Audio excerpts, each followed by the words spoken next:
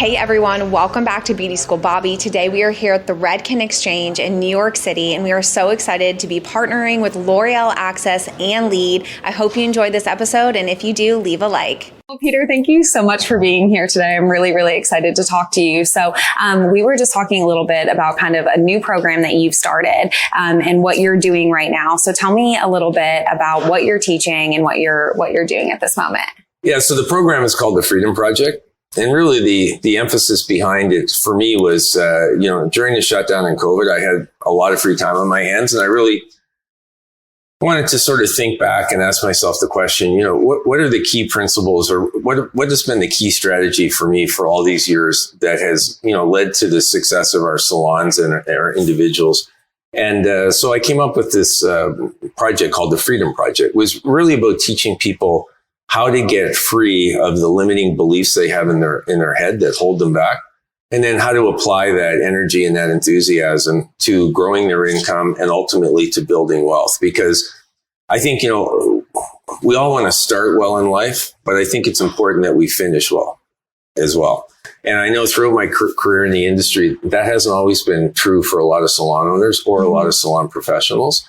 And so that's a real passion of mine, is coaching and mentoring young people and really helping them to see their potential, but more importantly, to develop the habits that will allow them to actually realize on that potential. Yeah, the sooner the better, right? Is what we're been told to start planning. I think that we get so excited when we're young to be like, okay, we're making money now. We finally have it. But thinking so far down the road, what we know is that farther down the road comes very quickly. And so having that plan from the beginning makes it easier. So you're not 40 years old saying, what do I do now? What am I supposed to do? I think that starting your career off with a plan, when you get that first job in the industry and you're like, okay, I'm budgeting and maybe I'm paying off student loan stuff. I mean, that's all a part of what you will factor into this. There is still a little bit that can go a long way in the long run. So I think it's really awesome to start this soon.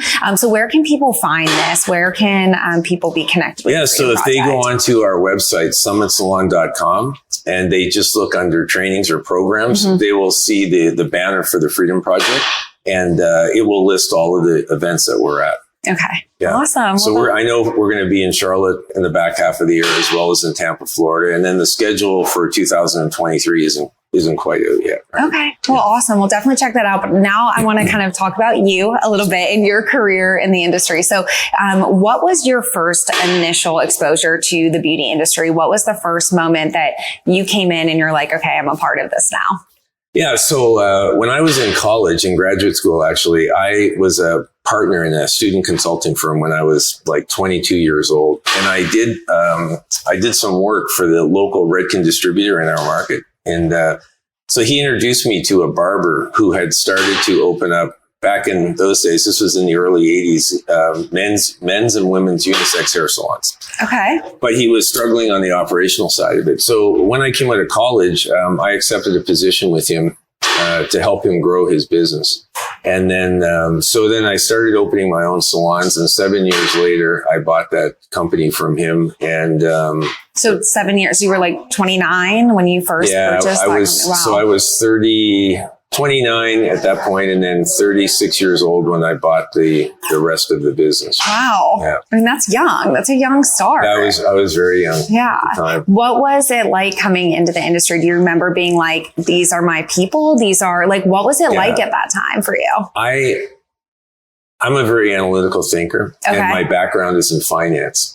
So it was a rude awakening. Yeah, I was like normal person coming into the industry. I was like, everybody told me 1 + 1 always equals 2. But I realized that that's when you put emotion and passion into it, it's not always the case. So what I did that really connected me with people is I thought, how can I make a difference in this industry? And actually, the moment happened for me in Anaheim, California in 1985. And I remember it like yesterday.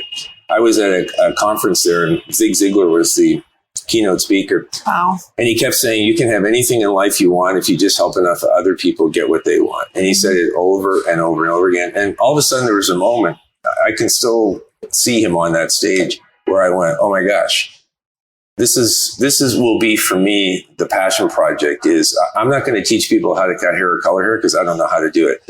But what I can do is teach young people habits that will ultimately lead them to more success. And so that became my passion, is just corralling the young people in our company, sitting down with them and saying, where are you? Where is it you want to go? And then how can I help you to get there? And so we really built a culture in our company, which is primarily focused on growing people. And cutting and coloring hair is really just the metaphor.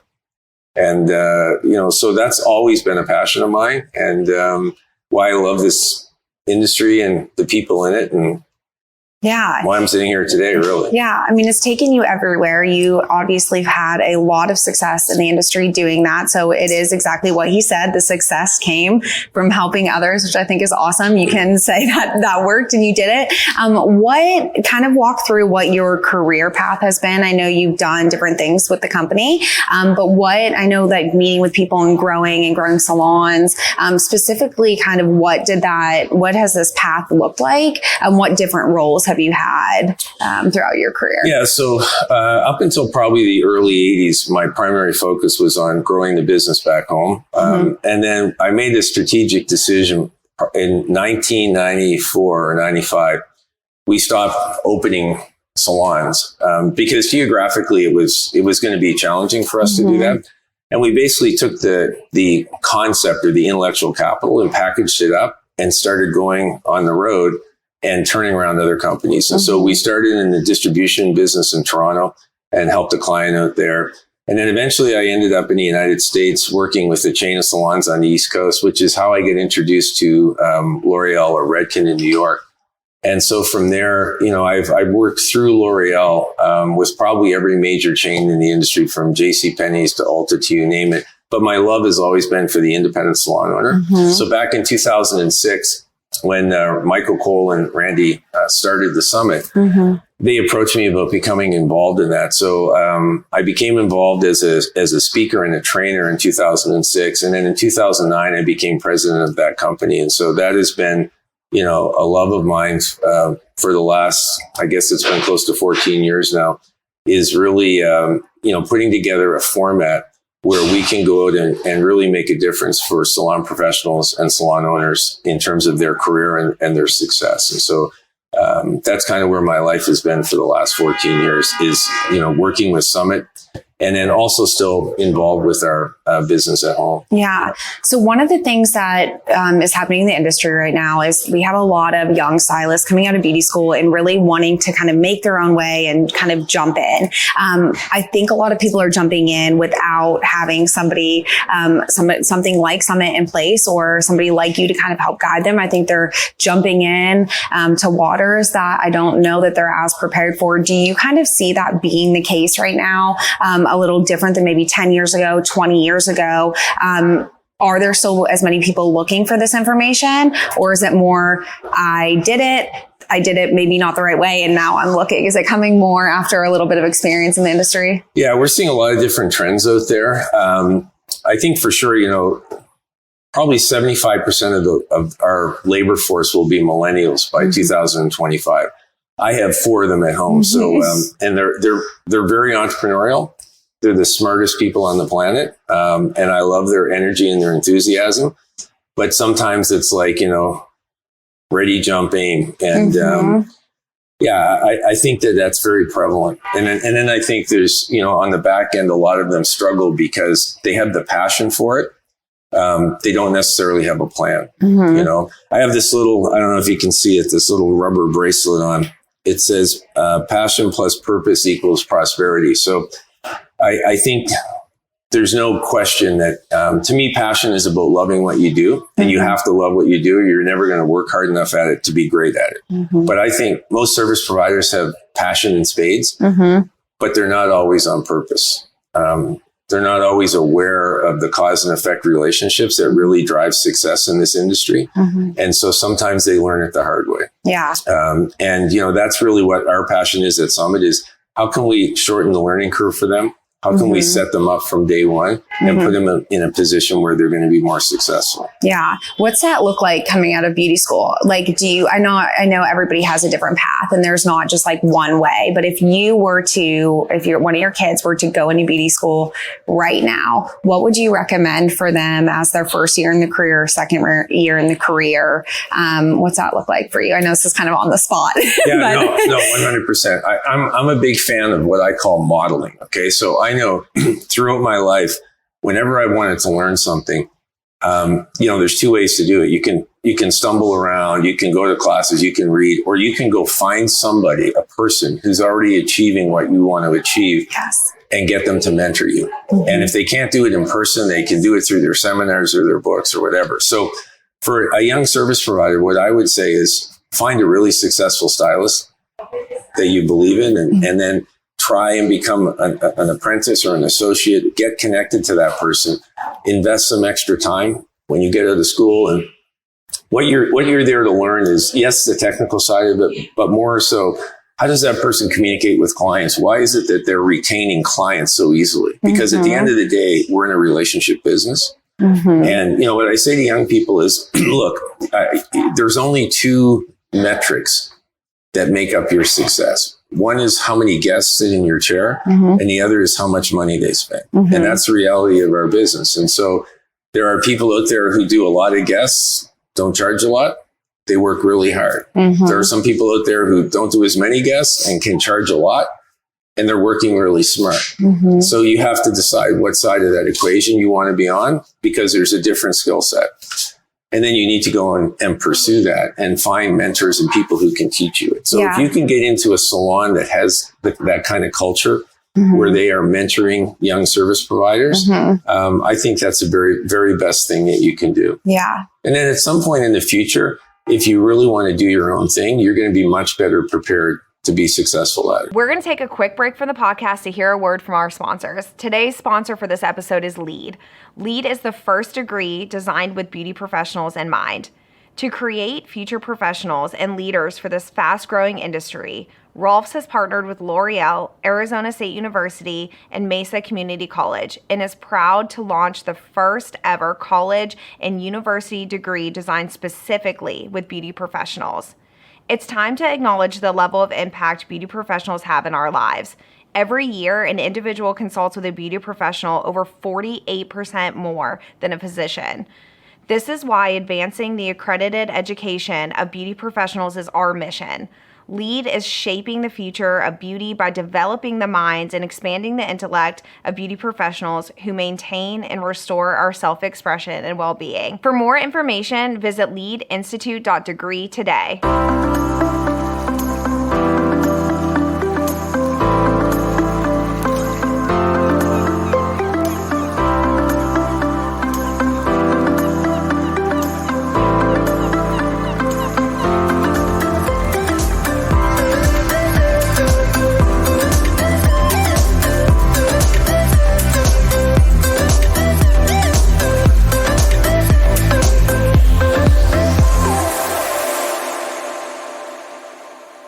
The folks at Access, L'Oreal's online destination for professional education, are ready to kick off the holidays.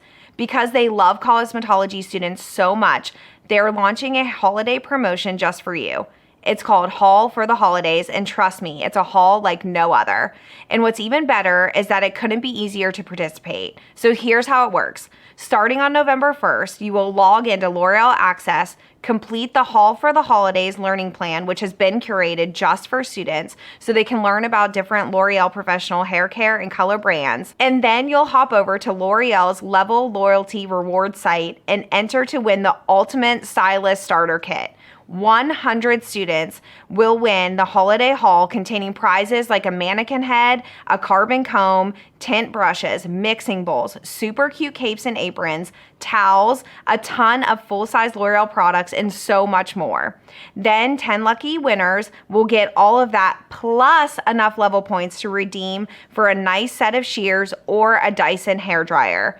Typically, you have to earn points on level by buying L'Oreal products. But with Haul for the Holidays promotion, you have the chance to get them for free. How insane is that? Students will have just until before the end of November to complete it. So make sure you're signed up for both L'Oreal Access and L'Oreal Level Loyalty Rewards program.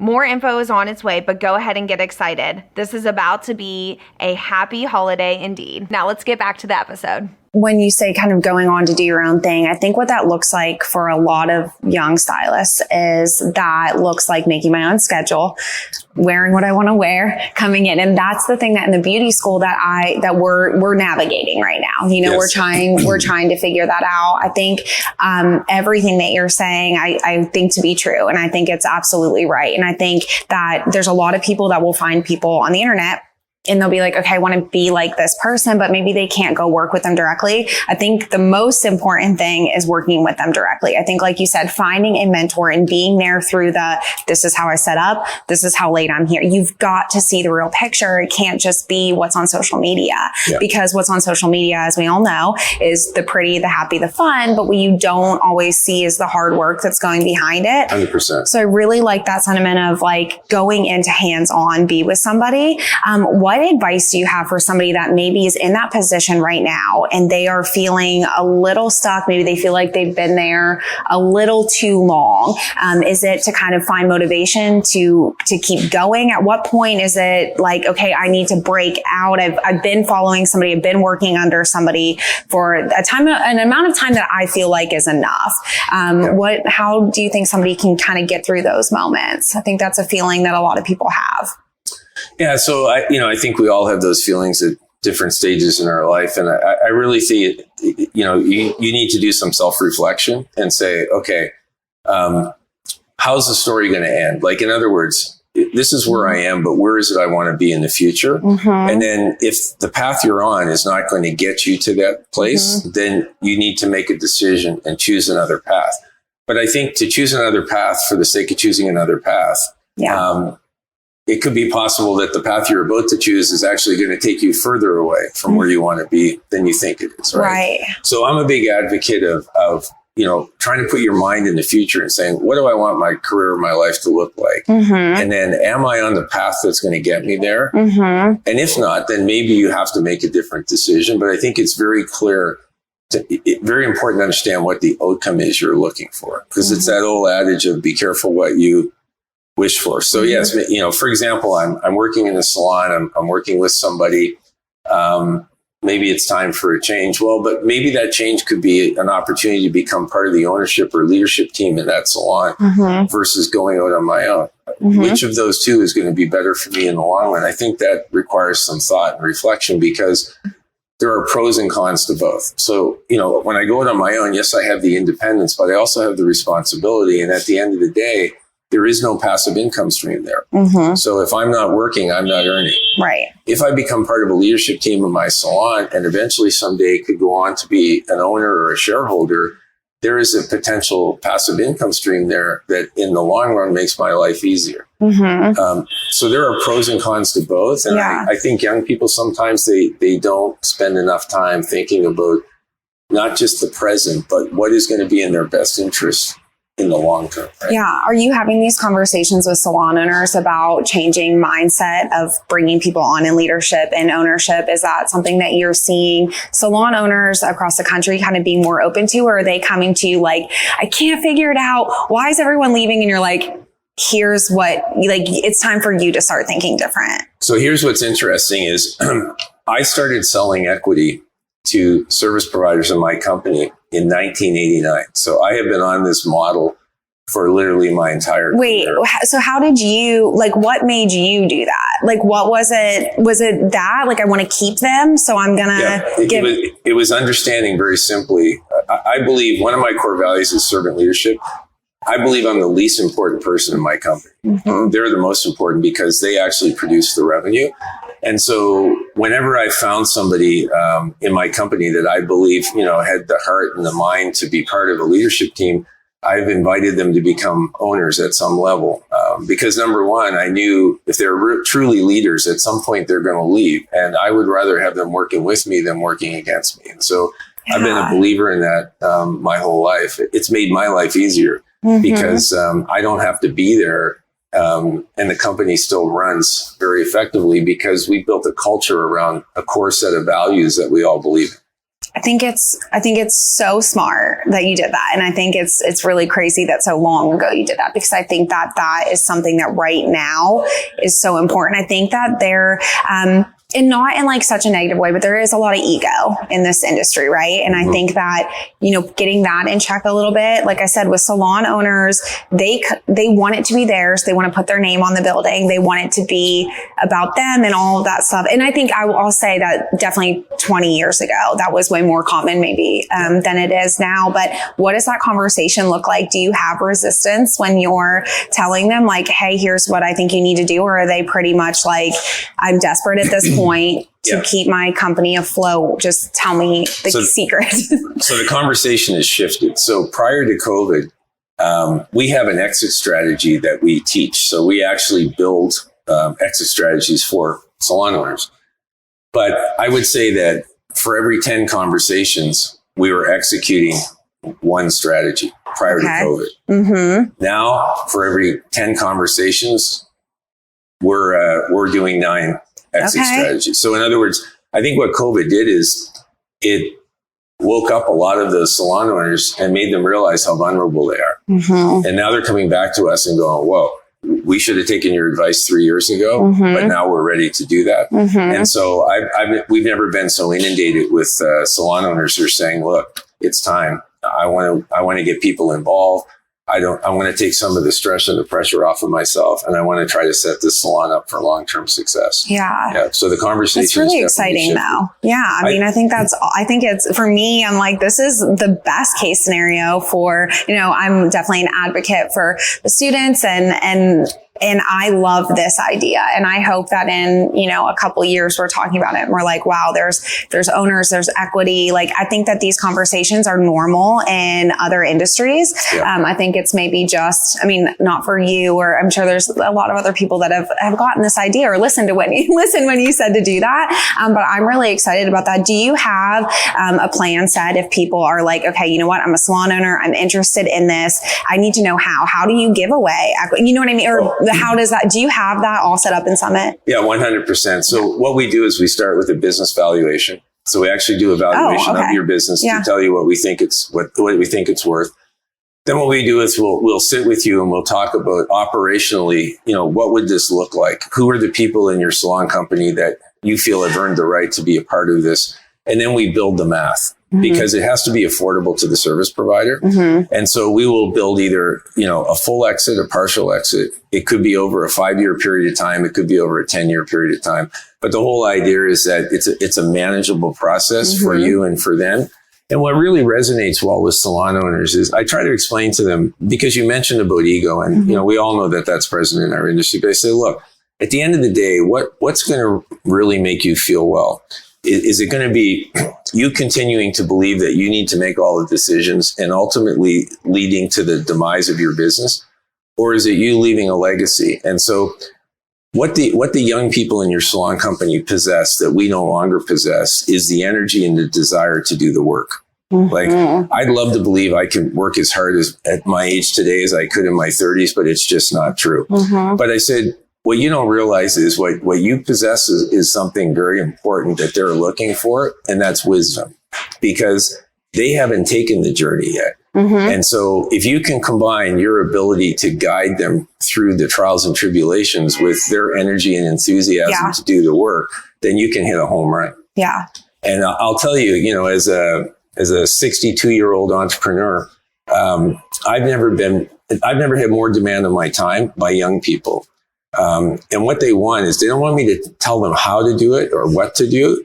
They just want me to help them with the why, the wisdom, the inspiration. Yeah. What are the obstacles you're going to face? What are the disappointments you're probably going to encounter? How do you navigate through those obstacles, in your life, whether it's in business or not, or outside of business?